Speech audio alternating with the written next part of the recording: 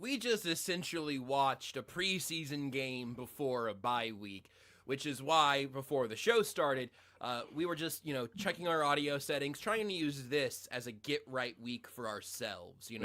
We've had some issues over the last several weeks, and ultimately, I think it's not all you, Nate. I have a new mic that's an old mic that's a new mic, but my mic stand doesn't work, so I'm on like the tabletop here. We've all gotten our hand on the ball, inexplicably, Seth, the least of both of us. But we've all gotten our hand on the ball of having some technical issues as we've been, trying to hit our stride for the playoffs. No one minded that we rested our starters, which I did really appreciate. Mm-hmm. But what I learned just a little bit ago is that Tucker, behind the scenes, can mute any of us at any given point. And I don't know if he's going to utilize that going forward, but I think that he should, because I think he's earned the right to decide when any of the three of us are done. Thanks for listening to KC Sports Network, proudly presented by Emprise Bank. If you're thinking about starting a business or know someone who is, check out Emprise Bank's SBA loans. It's always good to know your options, and they can be your partner in possible. Welcome to Only Weird Games. I was ready for it, Tucker. I had my mouse on the mic button. Welcome to Only Weird Games, now featuring Tucker's discretion. I was ready. I felt it. I thought he might have cut me off in the intro, but when we were coming back, I thought, no. I'm going to fight my way through. And I did. Just like the Denver Broncos, a playoff team. Yeah. Can I dominant one. Yeah. Can I just... Yeah. Because of the back-to-back champions, Seth. Yeah. Nate, I got to know, what was the locker room like? Let's just dive right in immediately. Is that okay? What was the locker room like following that game? And that had to be a weird vibes, too, in there, Nate, because, the team ended up getting stranded on the tarmac for a little while, and they knew they were going to have to spend the night in Denver before flying back on Monday morning. And obviously, you bring a ton to this show in a number of ways, but, I would say that pretty unanimously, most people agree that, Nate's tales from the locker room is kind of not only the best thing about the job that you do, but probably your best trait as a person is being able to take us in the locker room for your conversations with guys like Joe Toney, who played. Some are saying the only valuable thing, but I mean, I wouldn't go that far. I would say most valuable thing, not only valuable thing. Well, it's certainly the basis of our friendship. Yeah. I mean, sometimes. Why value Holly said it's what really kind of sparked your guys' marriage, which was weird because this has been with her longer than you've been covering the Chiefs. So I don't know. Yeah, good call, Holly. Yeah. So look, it was pretty grim because I wanted to take a nap and I couldn't because I was contractually obligated to watch that. It's hard to sleep in a press box too. I wish I could give you. Please forgive Maple barking in the background. She's just so happy to see Nate again since he's been gone for several days. Yeah. What's Denver like? Is it nice? It was nice. It was sunny. Not a water in the sky. Not a single drip.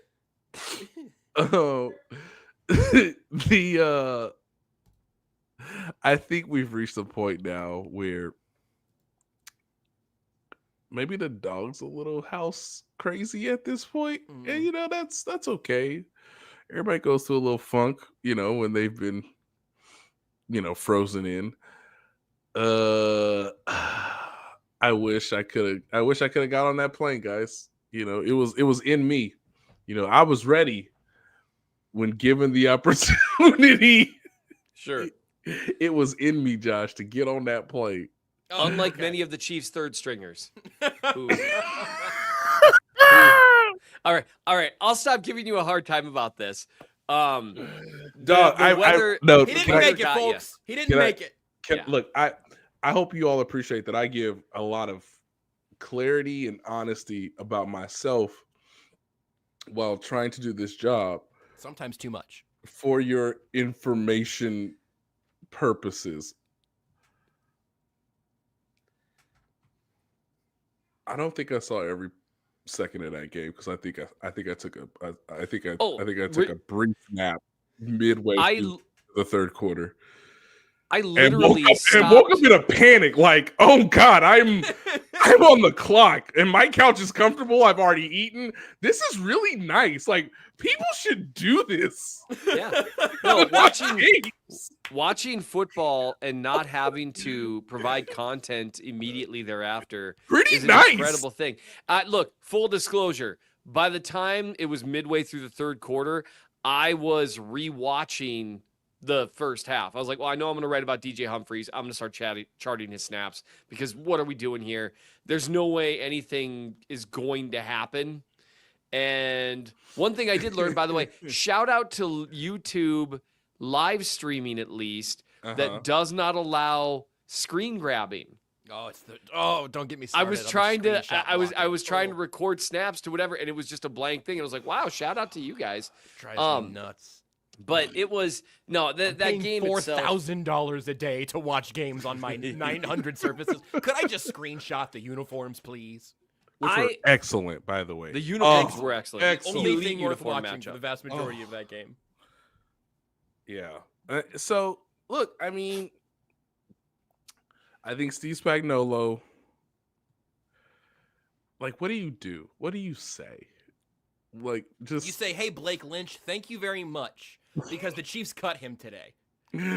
He played a bunch of snaps. He got the best PFF grade on the team, and the Chiefs cut him today so they could bring back Montreal Washington. There's your news update. Thank you, Nate Dogg. Maybe Spags took a nap too. A furious one, but he took it. You know, I mean, I guess my question for you guys is, like, I did the most unusual routine, right?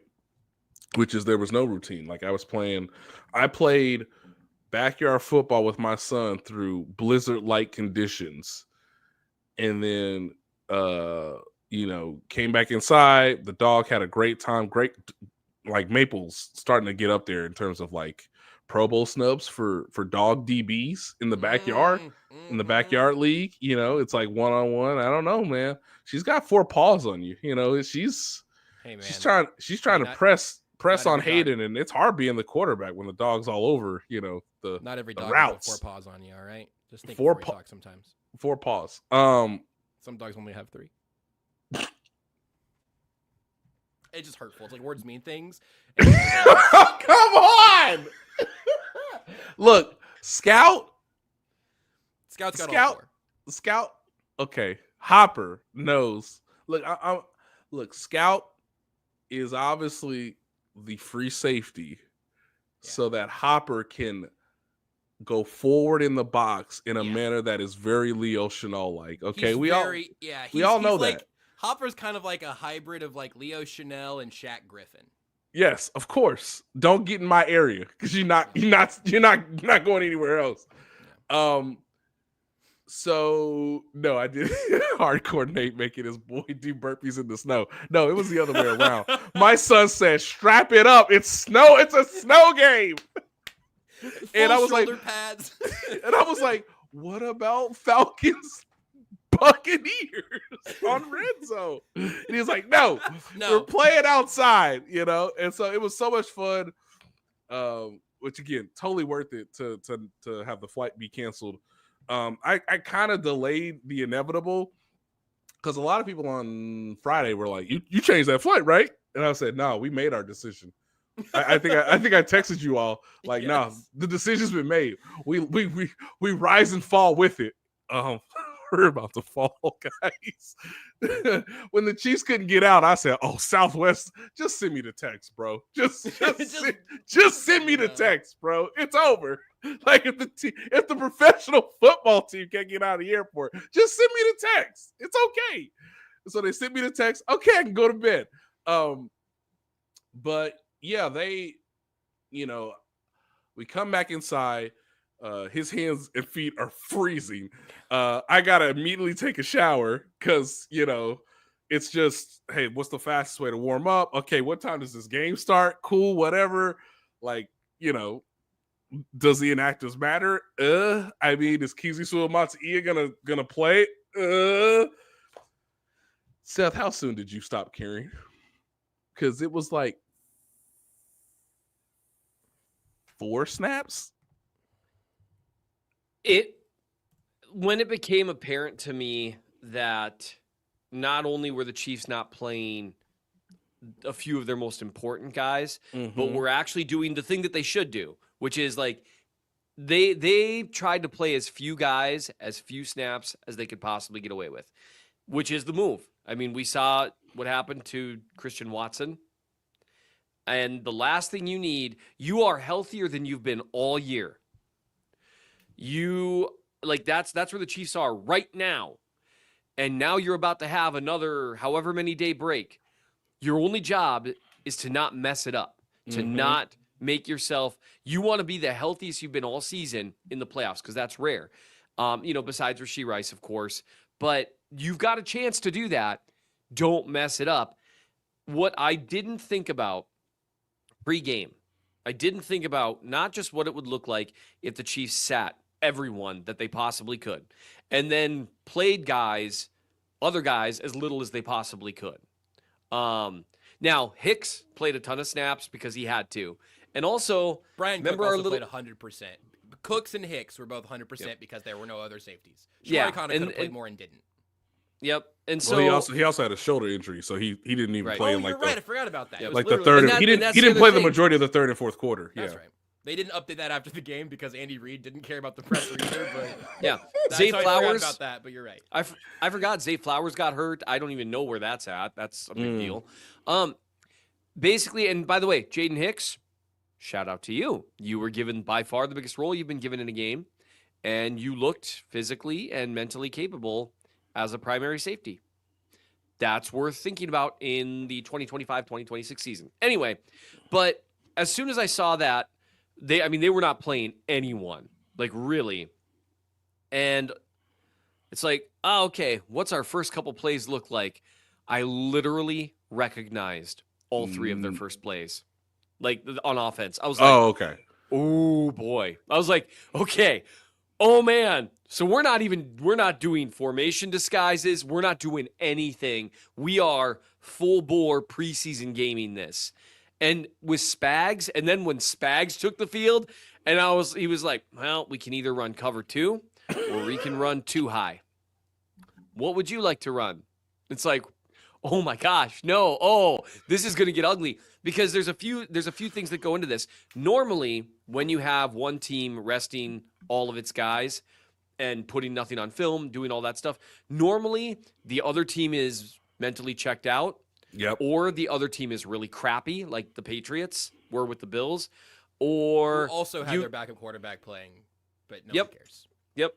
Yeah. Well, yeah, of course not. And also, you have to understand, Josh, that the Bills needed another person who hadn't scored a touchdown to score a touchdown, so they could be the the number one team that had the most teammates score a touchdown this season. And then we pull everybody, and then we're trying to coincidentally try to screw up the Patriots from getting the number 1 seed. Please beat us. Please beat us at all costs. Yes. And so there are other factors that often lead to players playing a little more than they normally would. The Chiefs ignored all of that. Like DeAndre Hopkins had like a touchdown bonus, and D-Hop, you could tell he's like, dude, I've been in the league for over a decade. I've made a lot of money. We're fine. Like, can I ask a super niche question on that Nate may or may not know the answer to?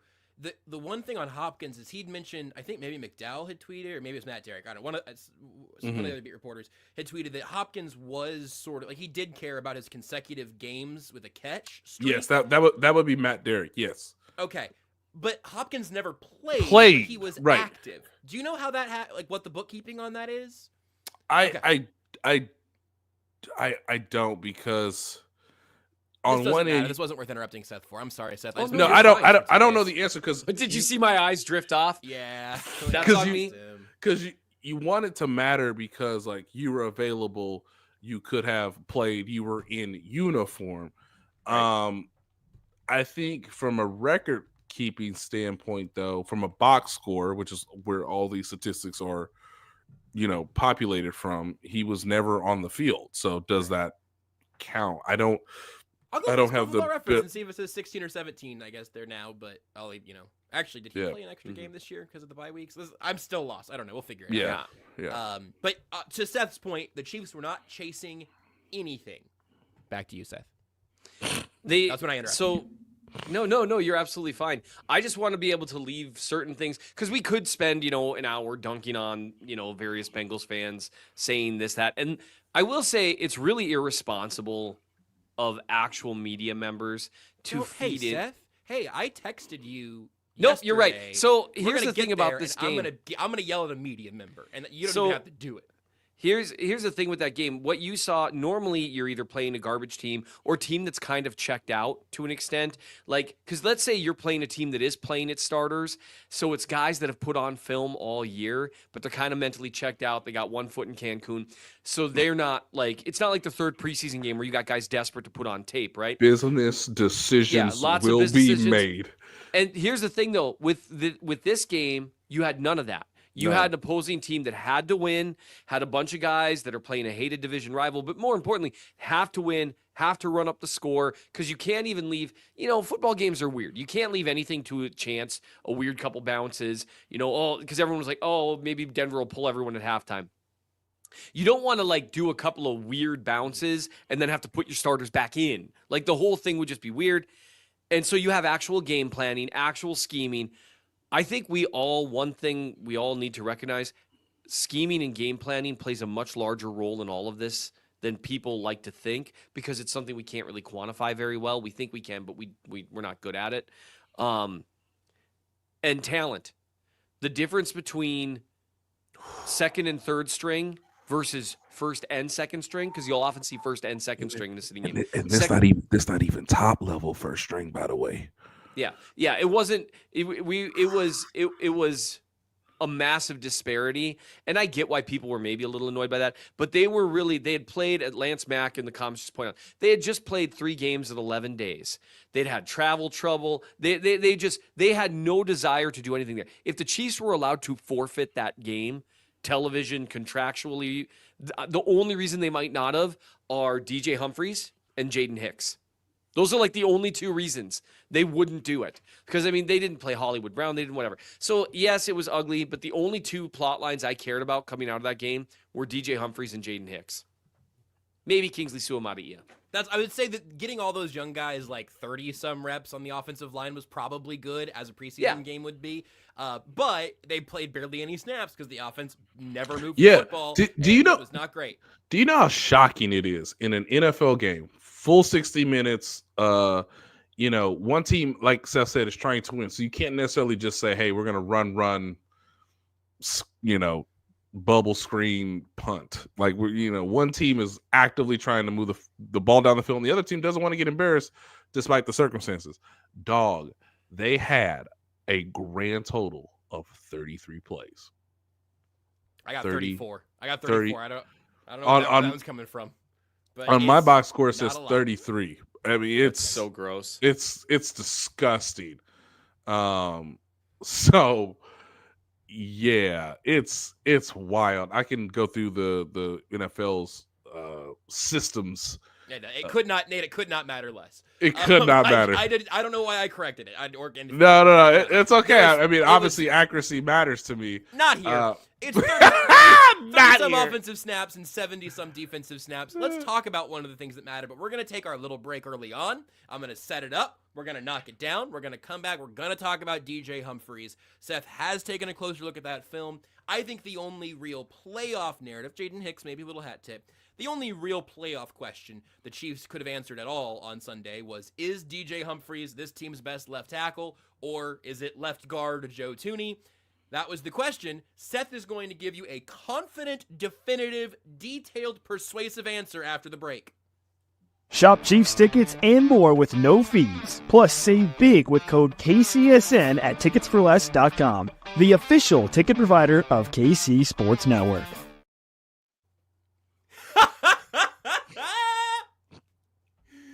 As the break played, we returned to an empty middle third of the box as Seth just vacated his office. Oh, he's back. Just Collinsworth back in. Yes. So, as everyone knew I was going to do with this game, I charted every snap by DJ Humphries. Again, not that many. Yeah, we're talking because the final drive, he wasn't at left tackle anymore. So I think I charted 29 snaps, maybe 30. I can't remember how many. So here's the long and short of it. There are a few things. It was interesting. I had an interesting exchange with Mitch Schwartz on Twitter talking about how difficult it is to do a comparative analysis of what Joe Toney's done with the rest of the. I had my popcorn with each with tweet. the rest with the rest of the. And so with the rest of the Joe Toney's been playing with the rest of the normal offensive line more or less. With a very specifically tailored game plan for several weeks in a row. Not the Browns game. Honestly, the Browns game, had it kept... There's a reason... Oh, man, I hate how deep in the weeds I have to go with this. There's a reason the Chiefs' offensive game plan looked very different against Houston and against Pittsburgh than it did against Cleveland. And that's because of some of the struggles Joe Toney had at left tackle. And it's not that he's been bad, it's just that he's been fine against guys like Myles Garrett, against Daniel Hunter, and just some of these monsters that he's been facing. It's just tough to do. Highsmith, Watt. Anyway, with DJ Humphries, I was trying to figure out how do you do a comparative analysis to a guy that's playing with a tailored game plan versus a guy that's just being left on an island. Mitch pointed out to me, well, what a great time to evaluate how a guy does in the friggin', and I'm paraphrasing here, in the worst case scenario. Basically, every snap is like 3rd and long because you're on an island, you're getting no help, and Nick Bonito comes screaming off that edge. So how can you do? Can you keep, and here's what I would tell fans, because most people, before the game started, had already made up their mind on this issue. Most people. If you tell me that game convinced you that DJ Humphries absolutely can't be their left tackle, that tells me one of two things. One, it tells me that you put a little too much value in 1 or 2 snaps for offensive linemen. Storylines. Or 2, it tells me that you'd already made up your mind in advance. And so here's the thing with Humphries. Could he, this is the question you should ask yourself, could he prevent an edge rusher from taking over the game in the worst case scenario? Well, Seth, what does that look like? Think about what week 2 looked like with Kingsley Suamataia. Think about what Wanya Morse's worst game looked like when against it was the Raiders against on the Raiders, Black Friday. When it was determined that they had to pull him. They were like, we can't do this anymore. Here's one thing I would tell you. Benito had one really dominant snap with a sack. Great rush. Holy smokes. Like me and Jason Dunn were talking about a little on Twitter. Apparently I was talking to all the former Chiefs players about it. Jason Dunn, good dude. He actually had some really positive things to say about Humphries' performance. So if you don't believe me, talk to him about it, okay? And I'm not saying he was good, by the way. That's not where this is going. Jason Dunn? No, stop it. That's not funny. I love Jason Dunn. Jason Dunn is great. I love Jason Dunn. The greatest tight end 2 in NFL history. I'm not going to tell... The platonic ideal of tight end 2, I would argue. Oh, absolutely. A guy that you could literally play at tackle. And he'll catch the ball if you throw it to him. Right. So he'll get you in that conversion on 3rd and 8. Say he won't. No. Dang it, guys. No, please no. Jason Dunn was you are amazing. One of my favorite Chiefs. Hey, remember when Jason Dunn got a Ray Lewis face and said, "Have some"? Well, and he would have too. And so, okay, back to DJ Humphries, who what I meant, I'm not about telling anyone DJ Humphries played great. The question, you're asking the wrong questions, though, because the questions people are asking with DJ Humphries are different than the questions they're asking with Joe Toney. When Joe Toney didn't allow guys to take over games, it was, wow, Joe Toney is playing at an elite level. No, he wasn't. He wasn't. He was playing at an okay level, which is incredible for a left guard. That is unbelievable. Hall of Fame worthy stuff. It's unbelievable. But he didn't let guys take over a game when they were getting the ball out in under 2.5 seconds, snap after snap after snap against Houston and against Pittsburgh. They were rolling pockets a ton. They were play actioning that direction a ton. They had tight ends to that side a ton. They were sliding protections that way a ton. There was a lot of stuff being done that they weren't doing any of that for Humphries, which is fine because, as Mitch Schwartz pointed out, it gives you the opportunity to say, okay, what do you do worst case scenario? Worst case scenario, Nick Bonito had a couple of really good snaps, but you know what he didn't do? He didn't take over the game. I would argue Nick Bonito took over the game less against DJ Humphries than he did the first time the Chiefs played the Broncos with an actual game plan. So here's the deal. Did Humphries have a couple of real ugly snaps? Yes, absolutely. Overall, by my charting, his numbers were about in line, more or less, with what I charted Joe Toney having against Houston. And that was with Toney having a lot more help. Now, does that mean Humphries is a better left tackle than Joe Toney? Absolutely not. He's not moving as well as he did in 2023. He's always been very athletic, and he still doesn't look like he's moving side to side as well as he did last season. But you know what he is looking like? Like he's moving side to side better than he was earlier this year when he played against the Chargers. He looked a lot better than he did then. He also has that really strong upper body power still, that really good punch, knocked Benito off his course multiple times. He was left on an island a ton against a couple of really good edge rushers, including a guy whose skill set is tailored to be tough. And so to be tough for a guy like who's coming off an ACL, who's struggling with some of that. Yes. So I charted Humphries as having 5 pass block losses total, 5 pass block wins, or 7 wins and 14 neutral as a pass blocker. Now here's the thing. That would normally be a game with 1 pressure given up, 3 hits, 1 sack. It's not a particularly good game. However, contextually, it wasn't a bad game either. Now, does this mean, here's the problem. He was just bad enough on his bad snaps that I could see why someone would be hesitant. But he was also good enough in terms of a snap-by-snap basis that I could see Reed saying, okay, you're looking like you're moving a little better now at this point. You looked a little better in the worst possible scenario when compared to, again, because the comparative analysis should be him against what we've seen Joe Toney do. Can he do the things Joe Toney's been doing? I'd like to reset the conversation. The conversation on some level is DJ Humphries or Mike Caliendo. Because Joe Toney's not getting benched, right? He's either playing left tackle or left guard. Right. Correct. And this is where it becomes a math equation. And this is what I wrote at the very end of the article. If you view it kind of like a math equation, Humphries, as soon as he got beat, first for a big hit early, and that was just he got his hands. The defensive lineman, 92, I don't actually know who he is. He used Charles Amena, who is double-handed swipe, and he knocked off the punch, and Humphries' feet stopped moving, and Wentz got hit. And then Benito just, that dip around the edge, by the way, I'm curious if, because P. Ryan went through the B gap out on his route rather than going along the edge, I'm half curious if Humphries thought he was getting help there.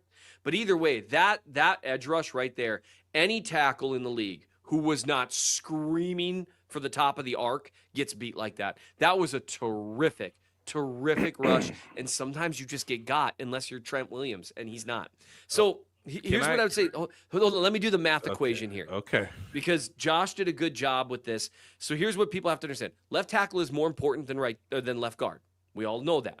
So how good you are at left tackle matters more. Mm-hmm. But then you have to factor in what percentage of Joe Toney is DJ Humphries based on what we've seen. Then you have to factor in what percentage of Joe Toney is Mike Caliendo at left guard. And then you have to somehow multiply that by how much more important left tackle is than left guard. And you should come up with an answer. Doing all that, based on how Humphries looked in the worst case scenario, I'm tentatively comfortable putting Humphries out at left tackle and game planning around that, having him take those first team reps. Because here's the key. You can always, now that you can, mid-game, move Joe Toney to left tackle and slide in Caliendo, and it's not a deal breaker. Can you do that with DJ Humphries? I don't know.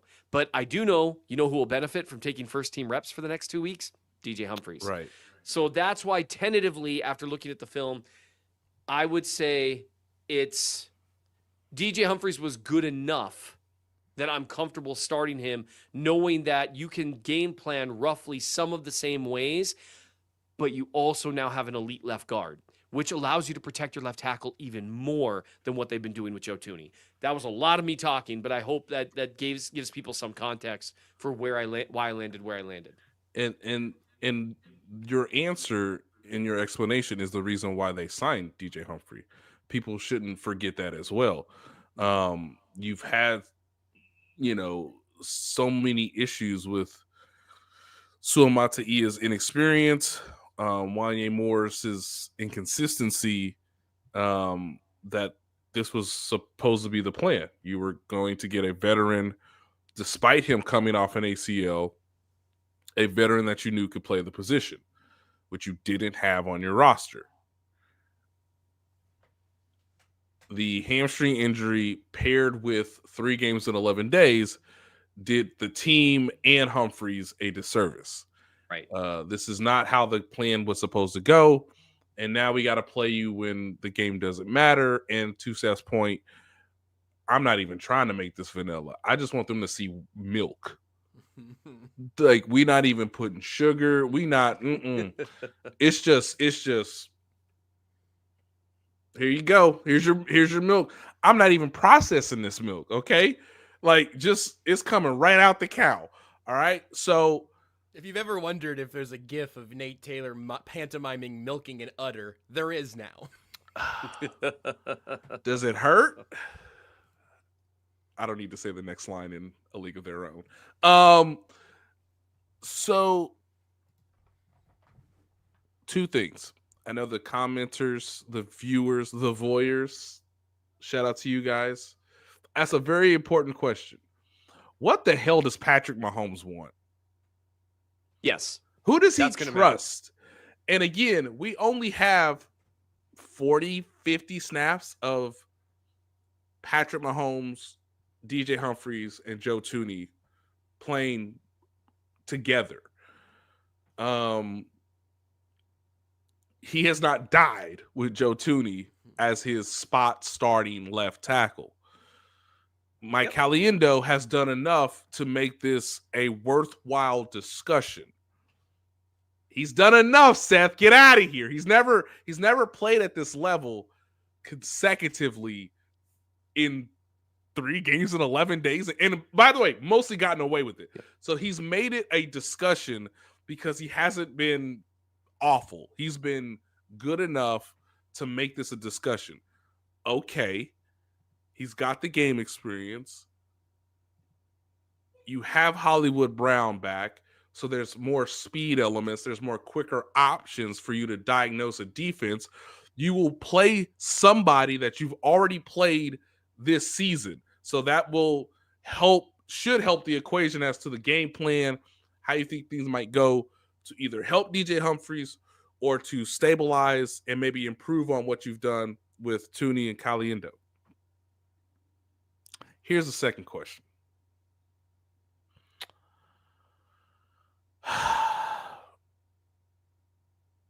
How healthy is Patrick Mahomes? Because if you tell me that Patrick Mahomes not playing on a traditional Sunday, because again, 3 days and 11 days, 3 games in 11 days, you get week 18, you get this week, and you get divisional round run up for his sprained, whether you want to say high ankle sprain, just sprained ankle. If Patrick Mahomes can move with fluidity and explosiveness, and he can cut and stop without pain,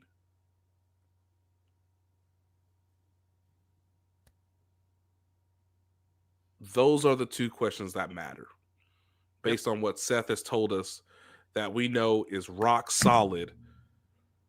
And those 2 answers, to me, determine what happens with Joe Toney. Because if you tell me Pat is as mobile as we saw earlier this season before the high ankle sprain in Cleveland, then DJ Humphries and Joe Toney should be the starters, because that's the plan. He was pretty mobile against the Pittsburgh Steelers, and he didn't take many hits. So who does Patrick Mahomes trust, and how healthy is Patrick Mahomes? Because his ability to escape a pocket on a particular play like we saw where Carson Wentz was like, holy smokes, he's out of here. Yeah, that was bad. Like, you could tell Carson hadn't played all year because he was like, dog, that's not reality. And we're like, no, it very much is reality. So if that were to happen with DJ Humphries, now it comes into question the mobility and what Patrick can do to sort of, outwit a pass rusher just blazing off the line. If you tell me Patrick can move pretty well, cut, stop, move, no pain, give you a little wiggle, okay, then I'm fine with DJ Humphries. But the reason why Joe Toney was on the field to begin with is because, hey man, people are getting off the line too quick, and he's frustrated, and he's taking a lot of hits, and it's a culmination of the season, the burden, the weight of it all, and they had to change their offense because he was physically getting beat up.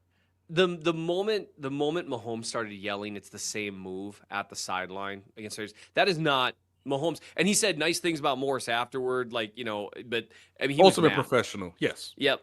But something that's worth noting, the offensive game plan that they rolled out against the Browns, which was the first game that Toney started, versus the offensive game plan they rolled out against the Texans and the Steelers were very different. And there's a reason for that. So 2 things I see a lot of people in the comments, so I'm just going to say 2 things. If you trust me, I have charted probably at this point tens of thousands of snaps by offensive linemen. And I will tell you 2 things that I believe with absolute certainty. Joe Toney is an okay left tackle. He's okay. I can also tell you Joe Toney was not better against elite pass rushers than Humphries was. He has not been. And I can also tell you Mike Caliendo has been a below-average guard. Those are the things that I see on film. Those are the things I see in my charting. One thing that I would almost love to do, I almost did it, but because then it comes to, Seth's being a hater about this, that, and the other thing. What I almost did, I was charting a few Hollywood Brown snaps because I have a problem. And one thing I noticed, there was a play against Pittsburgh where Mahomes got the ball out to I think it was Brown on the left side really quick. Maybe it was Hopkins on the left side really quick. He would have been hit if that ball hadn't come out. Like, I'm talking 1, 2, third step, ball out. Had it not been, he would have gotten killed because Toney got worked. The difference between that and the Benito snap where Humphries got worked is the ball didn't come out. And so one thing, and again, this is none of that, and this is the problem when you start contextualizing things in that way, it makes it sound like you're arguing a guy's garbage or that kind of stuff. I'm not saying that. What I'm saying is, very often we allow things that are outside of players' control gauge how we judge a player. Like, if Chris Jones has 10 sacks, he's incredible. If he's got 5, he's really having a garbage year. But the reality is the difference between 5 sacks and 10 sacks is largely luck. It's largely whether anyone else got pressure, whether the coverage was good, whether the quarterback had any kind of pocket presence. All that stuff contextually matters so much. And when you look at Humphries contextually, I think he did enough to make them ask the question, knowing that they've got a break glass in case of emergency option. Yes. And that's where I think there's less of that. If you go with Toney to start, I think you're worse off changing mid-game. Whereas if you go with Humphries, you can change mid-game. Now, if you have to change mid-game, that's probably what you're doing the rest of the playoffs. Yeah. One last point, Josh, and we have not brought this up. Technically, he has not finished a game this season. Including the 3 snaps with Chris Oladokun? That's what we're doing? Hey, I'm just telling you. There's a reason they pulled him, because they were like, we've seen enough, and we don't want to push it on the hamstring. And he played about a half's worth of snaps, or yes, conditioning's going to be part of it. You know, is it going to look worse in the second half than it does in the first half? That's another reason. The bye week, time to play into shape. All those things matter a ton. Yes. So I think they'll start. His first game that he might finish might be the most important game of the season until the next one. Yeah, it's weird covering the Chiefs, man. Well, will they start this left tackle in the divisional round of the playoffs? I don't know. They will probably three-peat though, so we'll figure that out along the way. Another genuinely enormous piece of news that I don't think any of the 3 of us were genuinely expecting. Jaylen Watson, sometime after Thursday's show, I think it was on Friday maybe. Jaylen Watson, the quarterback, I'm not talking about the number 1 wide receiver. Jaylen Watson has had his practice window opened. He practiced at the end of the week, and seems like there's a real chance that he shows up for the playoffs. I'm going to go Nate on what we know about the timeline, if the Chiefs were surprised, how we got here, and then Seth, if you've got like a disco ball you want to drop down from the ceiling or a confetti gun or something, you can explain how much it matters. I mean, if you think it does matter, you can explain that next. But Nate, was this a surprise to you? Was it a surprise to the Chiefs? How did we get here? It was a pleasant surprise for the Chiefs. This shows you how dedicated this team is in the pursuit of a three-peat. I'm just going to go through a couple examples, whether it's Isaiah Pacheco returning exactly on the timeline that was given, whether it's Patrick Mahomes with the ankle sprain, playing through that. Now you have another example with, Charles Omenihu and now Jaylen Watson, where I think I said this on 96.5 The Fan on Friday after having a couple hours to just check in, get some thoughts, some perspective. We have not talked to Jaylen Watson. I'm not sure he was even on the plane, to be quite honest with you, going to Denver and back. You do not, under any circumstance, designate a player to return of his significance if he ain't playing on Saturday, the 18th. You don't do it. He has put out clips where he is changing directions. He looks pretty fluid. Game shape, football shape. Those are the things you're going to have to worry about. He will obviously continue to get treatment and basically do whatever is necessary. But the Chiefs are pleasantly surprised, and they're giving him the opportunity with the belief that he will play a role of some significance on January 18th. My belief as to when the Chiefs will play that Saturday night, most likely, given the way the NFL has scheduled things out. If he gives you, because I was trying to remember, what did Charles Omenihu play? 20? He played more snaps than the team wanted. Was like half, I think. I'll double check it, but so half that game. Again, I think originally Charles Omenihu's snap count or pitch count, whatever you want to say, was like 20 to 25 snaps. I imagine Jaylen Watson will be in that realm. So there's the potential. If you track what I'm saying here, Trent McDuffie is your number one, who can obviously be more of a player in the slot at the nickel. You have Joshua Williams, you have Jaylen Watson. You might,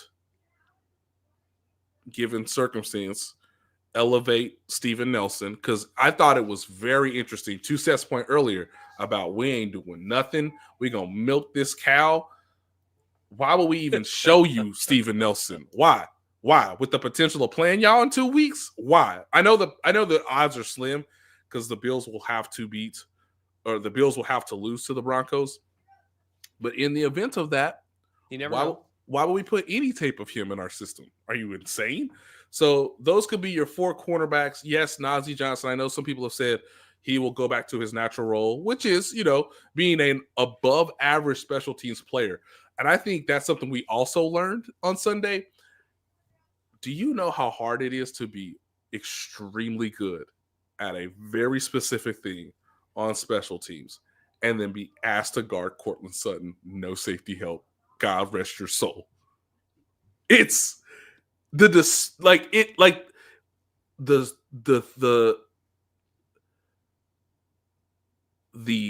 thinness of those lines, the tightrope that Najee Johnson was forced to walk on. We don't care. This will be great tape for next season. I still don't Cortland think Sutton. I don't think I texted you guys this. He'll never say it. He's not the same player he was before the ACL. Mm-hmm. It's pretty clear. You should not be guarding people 40 yards down the field. God rest your soul, Nazi. But if you give him a specific role in special teams, he's very, very good. So it's crazy how people talk about you when, like, okay, I got to this level, and then, ooh, buddy. Ooh, buddy. So those are your five cornerbacks, in my opinion, along with obviously the normal rotation at safety. But yeah, Jaylen's going to play probably 20 to 25 snaps. And unless there's a setback, and again, this is one of the reasons why you wanted the 1 seed, why you wanted to give yourself the best opportunity to have your best collection of guys on the field, because you don't designate a player to return this early, and that goes the same. And I know people have asked in the chat earlier about Nico Remigio. I feel sad saying this. They designated Mecole Hardman to return before Jaylen Watson. Mm-hmm. And Hardman's become a useful player within the offense. Yes. Honestly, and it's not a ton. And honestly, some of the things they're asking Xavier Worthy to do, I'd rather he be doing it than Mecole Hardman. But there are a few things that Mecole Hardman's learned to do very well within the framework of the offense, and that matters. Who's been part of the 3-peat attempts all 3 years? It almost wasn't Mecole Hardman, but then they gave up a draft pick to make sure it was. Yeah. And then he sacrificed his body for a third down conversion that people to this day forget. Yes. Against the Bengals. Obviously he will always be known for catching the game-winning touchdown in last year's Super Bowl. I'm sorry, guys. It's been great. I think Nico Remigio gave you, honestly, one of the best versions of Albert Wilson circa 2017. Now, he's not going to go into free agency and cash in, but Justin Watson is not under contract next season. Same for Mecole Hardman. Yeah, I mean, that'll change. Seth and I were both like, and you're going to, I mean, he's not under contract. I don't know. Yet. They don't do contracts in January very often, but 45 minutes after the Super Bowl. They're going to get Justin Watson's going to get re-signed while he is still hungover. Right. He may sign a contract on stage at the end of the play. Look, man, I'm trying to say something for the Nico Remigio fans. Obviously, I've been on that bus. About Jaylen Watson. Yeah. How did we get to Remigio? Because the people want to know, and I'm giving them information, okay? Look. Why don't we talk about Nico the starting Remigio. quarter? We can talk about wide receiver 6. 8. Hey, Nico, DeAndre Hopkins, not on next year's cap sheet as of yet, okay? There will be a potential chance for him to obviously continue to develop in the Chiefs system for next season. Andy Reid, as we've said time and time again, will always pick the veteran player. That is one reason why Seth is probably right when it comes to DJ Humphries. He will probably pick the more veteran player, the player who's played in the postseason before, than Mike Caliendo.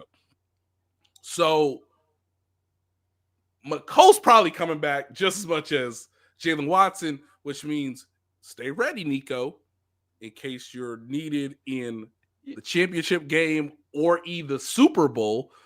But you don't I think get to next bring year, up Jaylen Watson at the end and pretend that you're bringing it around. But next year's Watson. about You don't get to do that. Next year's about the approach of becoming a primary punt return, kickoff return, slot receiving specialist based off the filming that you put on the Denver Broncos starting defense's head. And he showed up a little bit. He had created some separation at times. He did. He looked good. There were a couple times he didn't make adjustments. He's come on. Mecole Hardman is, again, if Mecole Hardman's healthy, he probably gonna be on the field on January 18th. The same for Jaylen Watson. As much as we have plenty of evidence as to what Najee Johnson needs to work on for next season. Yes. There are some things that he could work on. Yes. He's still missing the cutoff man. Still missing. I'd like him to work on. The cutoff man. Now, I just want you to work on that for next season. Great scene. So Jaylen Watson. Oh, yeah. Golly, Josh. That's so funny. Jaylen Watson coming back if he's healthy. And that's the caveat for everything. So when I wrote about him, I wrote at the very beginning of the article, this is all within the caveat of if he's healthy, right? And one thing I would note, tall. Oh yeah. One thing to note is a broken bone is a little different from like an ACL type thing. You're able to work out and recover in different ways, but I don't know whether that's better or worse. I have no idea. I have none. He clearly in the videos he's posting, he trusts himself running around. He trusts the bone. That's great. If he returns healthy, I am on record saying bigger deal than if Rashee Rice showed up healthy tomorrow. If Jaylen Watson's healthy, and here's why. It affects we talked about this when Charles Omenihu came back, that it's not just about getting one good player back. It's even more true with a cornerback, and it's even more true with a cornerback on a team that's been struggling with its cornerback 2 spot.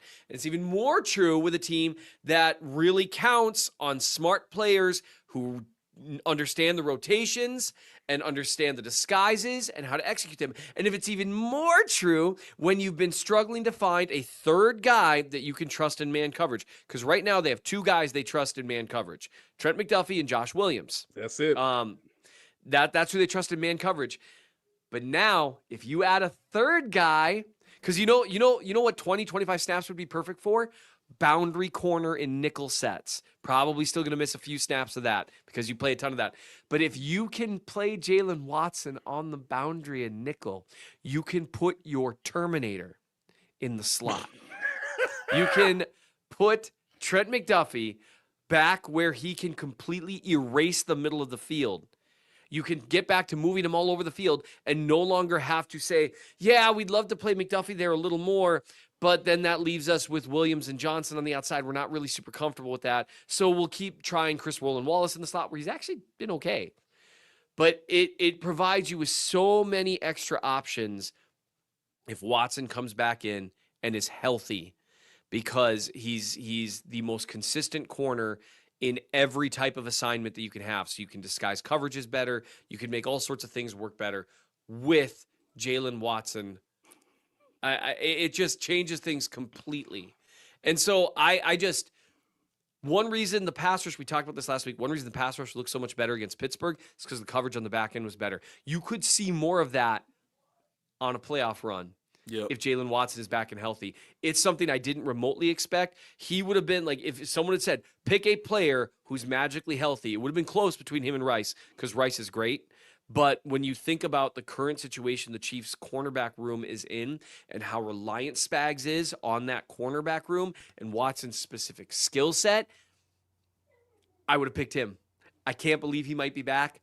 I'm so excited. It's a chance for the defense to go from being solid to excellent at just the right time. And I love it so much. Let's not forget that Steve Spagnuolo likes to blitz when he has 2 functional corners. Yeah. Yep.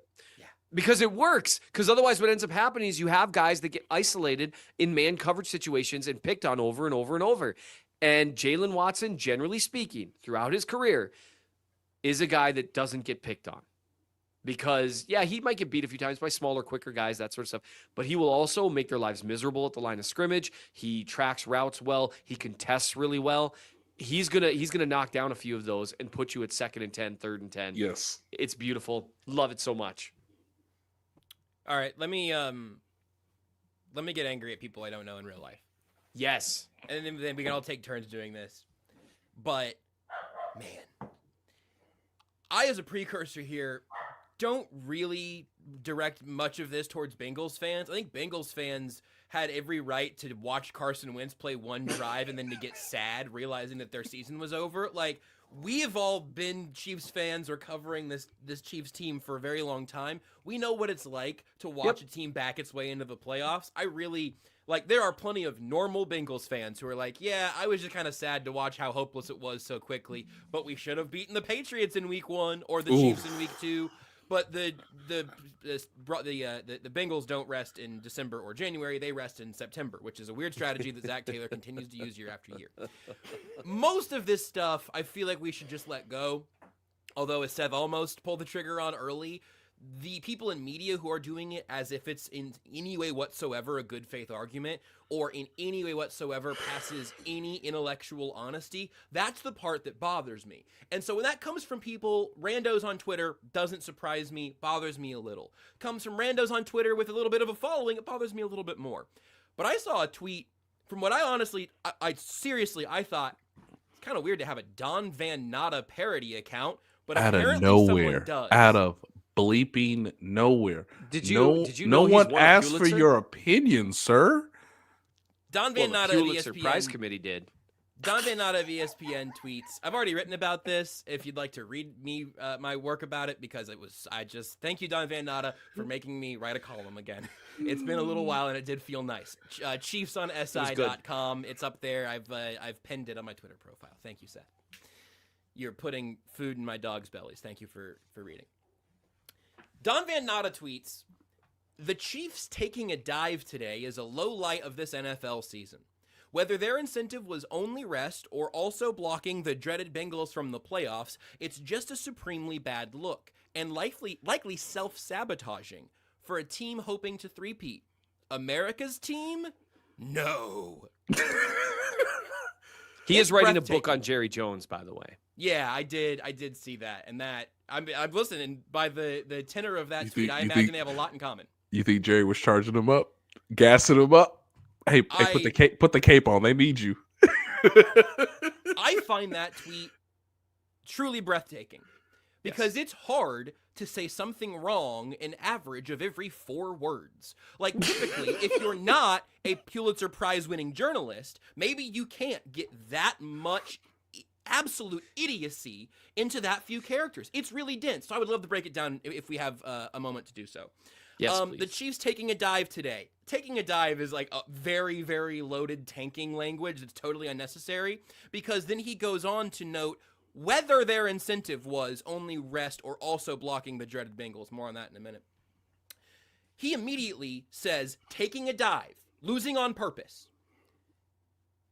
Low light of the NFL season. Not bad teams, bad quarterbacks, bad coaches, bad refereeing. This is the thing that's ruining the sport for him. Sorry, Don. Whether their incentive was. So he's already casting doubt on the thing that he has already proclaimed, and then will go on to suggest that the Chiefs are doing this to avoid not them seeing the Bengals in the playoffs. For the Buffalo Bills to avoid playing the Cincinnati Bengals in the playoffs. The Chiefs You mean the team weren't that actually playing beat them this week. year? I don't think most people tweeting about this realize the Bengals wouldn't play the Chiefs this weekend. I know I'm giving very little credit for how much they're paying attention, but I believe it to be true, because that is a jump you have to make. You have Right. to make to even let this leave your lips. But many people have. So back to the sacred text here. So they were obviously resting. The dreaded Bengals' last win over the Chiefs was in 2022, by the way, just to make sure that we're all living in the same reality. It's like a Berenstain Mandela effect thing. Did the Bengals beat the Chiefs in the last couple of seasons and I missed it? I don't think I did. But They did not. They did not. So we're all still in the same universe. That's Yes. cool. Yes, Your Honor. It's a supremely bad look for the Chiefs, Don Van Natta says. A supremely bad look that they could send all of their backups out there the final week of the regular season, because they were 15-1, the only football team in the league to win 15 of their first 16 games this year. Did Don have a futures bet on the Bengals? I think Don had a gummy. I don't know. I don't know what Don had. Or maybe Don needs one. I'm not sure. I don't think we're going to be friends after this. It's okay. You know what? He and Jerry Jones and Troy Aikman can start a podcast and they can talk shit about me. I welcome it. That'd be great. I would be there for the first 10 minutes. I don't think it has staying power, if I'm being honest. A supremely bad look for the Chiefs is ridiculous. It is a supremely bad look for the panhandling Bengals, who are standing here at the end of the year looking back on September with regret, waiting for their hated rival, who ends their season, begging them to beat the third team in the AFC West so they could get a scrap of playoff action. That's a bad look. It's a bad look that the entire AFC could not force the Chiefs to play a game that mattered in Week 18. The responsibility here, if you're frustrated by this, which I don't think anybody really is, in fact, I know they're not. I know it's Chiefs-based performative rage. Yes. But if you were genuinely frustrated by this, be frustrated at Cincinnati. Be frustrated at everybody except Buffalo. Although, you know what Buffalo could have done? They could have not lost any games and made the Chiefs send their starters out there on Sunday. That was also an option. But I know it's not real rage. The Buffalo Bills sent Josh Allen out there for one snap, keep his start streak alive. That's fine. The Chiefs did that for some linemen. Doesn't bother me at all. And then it was Mitchell Trubisky and Mike White out there against a divisional rival New England Patriots team playing Joe Milton. Bro, the Patriots winning that game benefits the Bengals for maybe the Bills for maybe a decade. Yes. Because the Patriots would have had the #1 overall pick. Probably going to stick with Drake May. Do you know what every team in the NFL would like to have? The #1 pick. This is a trap the Panthers fell into. The Bears reaped the rewards of. You were in a position to be that team. So the Bills say, actually, we would much rather you beat us this week, so you drop down to 4, and we have nothing to play for. Don Van Natta didn't tweet about the Bills. He didn't tweet about Saquon Barkley not going for the rushing record in Week 18, because it would have been stupid to send Saquon Barkley out there if his knee pops in the third quarter trying to get to an NFL record. Shout out to my boy Christian Watson. I love you, dog, but dang, that was hard to watch. Horrible. And people watched football happen on Sunday and then said the dumbest shit in the world. It is a breathtakingly bad angle. And honestly, the Packers weren't even playing for much. Like between the 5 and the 6, shocking. like who cares? Come on, dog. Like we can't get a home playoff game. We can't get the first round bye. What are we talking about? Which is why Sean McVay said, everybody sit down. We cannot move. The Bills rested and nobody cared. Teams around the league altered their lineups going into that week to put them in the best spot for either 2025 or this year's postseason. Yes. Every team in football had that conversation. Several bad teams won games they did not want to win over these last couple of weeks. And then some good teams said, we're happy with where we're at for varying reasons based off on-the-field success. So we're good. We don't need to... Again, also, the last thing that I think I glossed over there because I was so distracted by the Pulitzers. Potentially self-defeating for the Chiefs to rest their starters. Yeah, no, that's a great point. You know what Travis Kelce needed to do on Sunday? Get hit 25 times for no reason. I think his 35-year-old bones would have actually been better in the playoffs if he would have just had, maybe he would have been out there to try to help with Nick Bonito. Maybe he goes across the middle and gets his block knocked out. Maybe he just gets tackled a few times and it hurts. And there's no reason for them to play that game. Again, I don't know I'm preaching to the choir here, but I don't get to preach as often. It's a great sermon. I can't believe that this, and I think it's over now, because we got 2 or 3 weeks of Bengals rushing into the playoff discourse. We got a few days of, are the Chiefs going to play their starters, and are the Bengals going to make it? And now we're in the playoffs. I think most of the NFL world is going to move on. But to what Seth was alluding to earlier, there are people saying this. I only bother to break down this entire one, and the Don Van Natta tweet is just like so many of those pitfalls all crammed into one that it made it a very easy exit point for me. Yes. You have, theoretically serious people echoing so many of these sentiments where the faintest pushback and the faintest self-awareness should end that conversation immediately. So I don't know, take these words and go about your day, and you can pick up the fight or ignore it, but it's really annoying when people who set discourse for the general public are so irresponsible with their own. What do you think, Seth?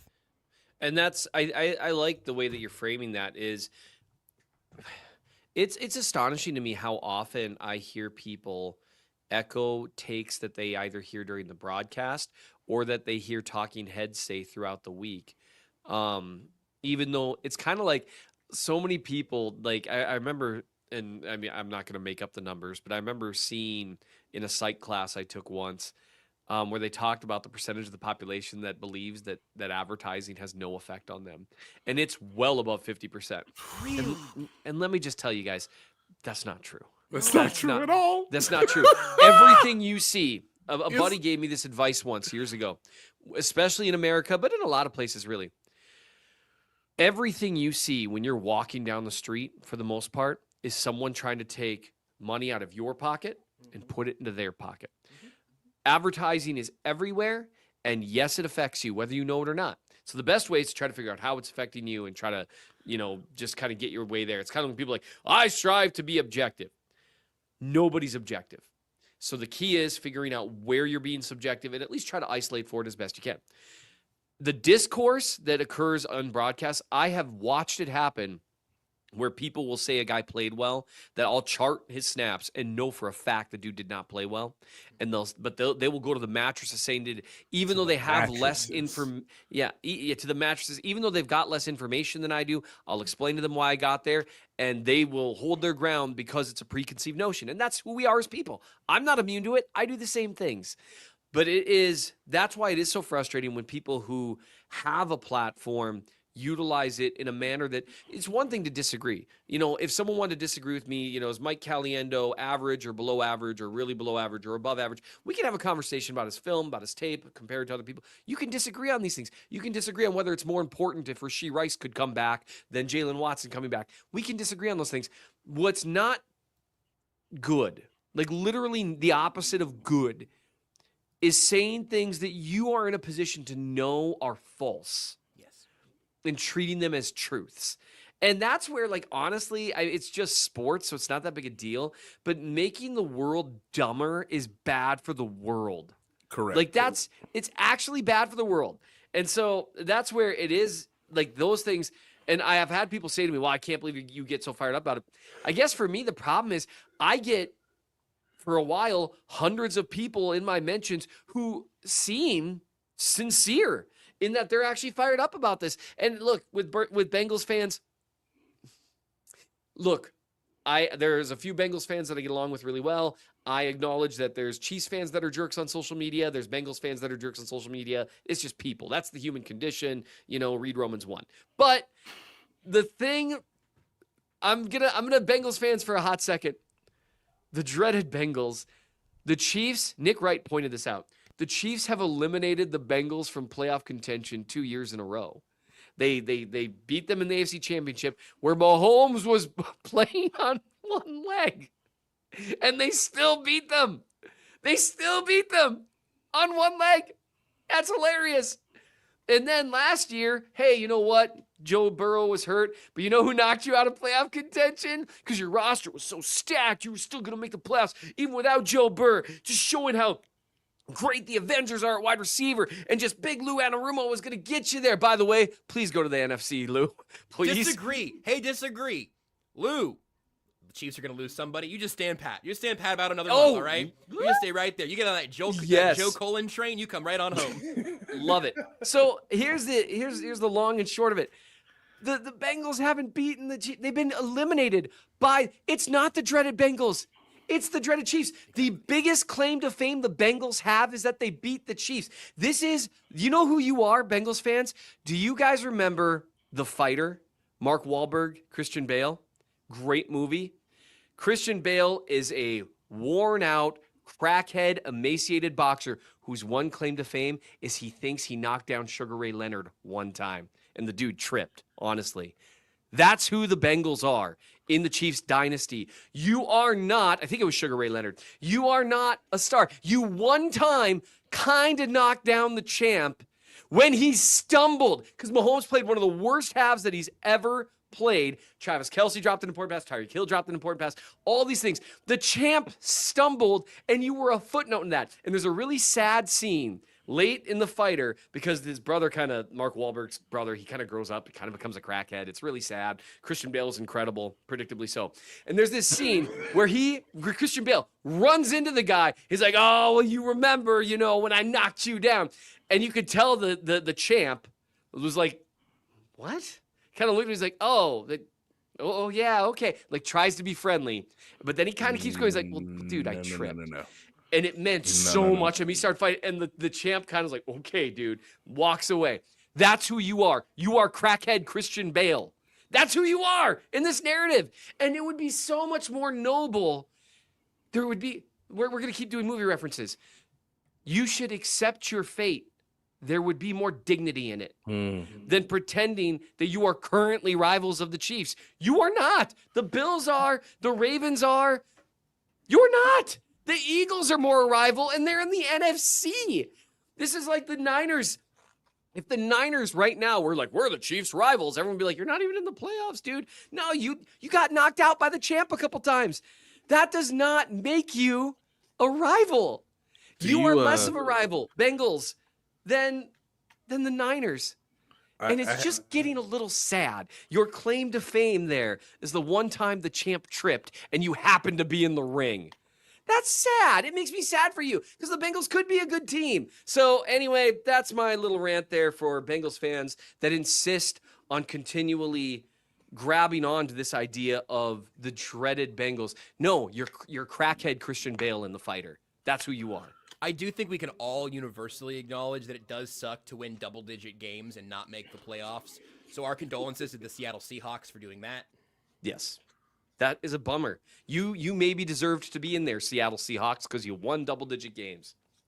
The shortest thing I can say that I think is an understandable comparison.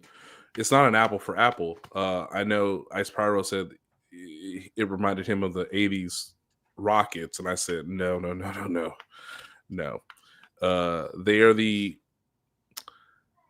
They are the mid-'90s Orlando Magic. As much as it pains my heart to say that, because if you remember, the Orlando Magic beat Michael Jordan. A diminished version of him got to the NBA Finals. And I mean, I guess Aaron Donald's Akeem Olajuwon, but we all assumed that they were going to be a classic team. And I think what people should be talking about more is, the debate will always go on about Penei Sewell and Jamar Chase. And I don't think there's necessarily a wrong answer. But can you imagine that group essentially in their primes, in the young part of their career, missing the playoffs multiple years, getting to one Super Bowl, and honestly not playing well in the second half? If you remember, the only touchdown they scored in the second half was largely T. Higgins assaulting Jalen Ramsey.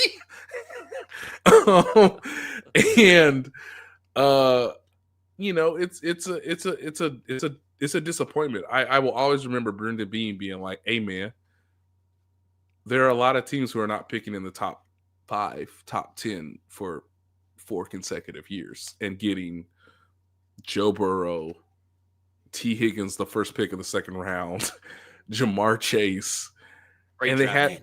they had so cool if the Chiefs could have drafted any of those 3 guys. And they had Tyler Boyd, who people forget about, who was awesome. And I think we will look back on them and say, man, wasn't the Orlando Magic supposed to do something more? But they would lose to the Reggie Miller Pacers. They would lose to the Michael Jordan Bulls. Obviously, Penny Hardaway got hurt, so that's not a direct comparison, but Joe Burrow has been hurt quite a bit. It's unfortunate, but I just think people should, as much as I have a lot of respect for Don and his work in the past, I think the better discussion, the better thought to put out to the internet through the means of Twitter is, this team should have been remembered a lot better based on the talent they had and how awesome it was to watch them. And it got really bad really quick, and their best players still couldn't get them to the postseason. And that is deeply troubling, in the same way that Shaquille O'Neal had to tell Penny Hardaway, "I'm sorry." And I just wonder, at some point in time, years down the road, that Jamar Chase, T. Higgins, and Joe Burrow are going to look at themselves and say, how could we have not done more with the opportunity we had? Can I know Nate normally takes us out when we're ready there because I know we're way over. Can I be the one to take us out? Because I will make it up to Bengals fans by fixing the Bengals as we go out. Okay, I am intrigued. I wonder if I know what your take is, and you. I have no idea where this might go. But yeah, go ahead. Fix the Bengals. Don't do it for free. Make them pay you. This is how little. Well, Bengals fans, there's a real easy solution to this other than Mike Brown suddenly becoming a little heavier in the pocketbook to where he's willing to sign people. But you want Bengals, you want to become a rival of the Chiefs again? Because you used to be. You know what? You used to be. Remember And you could be again. Skyline chili. So Bengals fans, you want to know? You could be a rival of the Chiefs again. So step one, you fired Zach Taylor. You got to do it. He does not do anything that actually assists in the winning. Step two, you hire Vrabel. You bring him in, and you bring in adults for a coaching staff that can help because he's got assistants that he would bring in with him. Hold on, you think Mike Brown gonna listen to Mike Vrabel? Are you out of your mind? Well, he's way too big, and he'll scare Mike Brown. So right? What? Scare him into spending more money. I'm back with that. Yes. Step Mafia one, style. You get Zach Taylor out of the building. You get Mike Vrabel in the building with some of the guys that he's utilized to actually develop solid, functional offensive and defensive line play and good defenses multiple years. Then you extend T. Higgins and Jamar Chase. Joe Burrow, Higgins, Chase, you will have a great offense every single year with a guy like Vrabel who will help the lines develop well, way better than anything you've ever been able to do. And then you will actually have a competent, consistent defense as well. You'll have a team that can drag the Chiefs into a rock fight, which is one way that you can beat them, especially when you have a quarterback that can occasionally go shot for shot. That is what you do. You do that, you will be the Chiefs' rivals again. Zach Taylor, it's probably not happening. What I want to see is what if they franchise tag Jamar Chase? Oh, my goodness. That's probably what they're going to do instead is let T. Higgins walk, franchise Jamar Chase. Or we can franchise tag you. Hire Matt Nagy.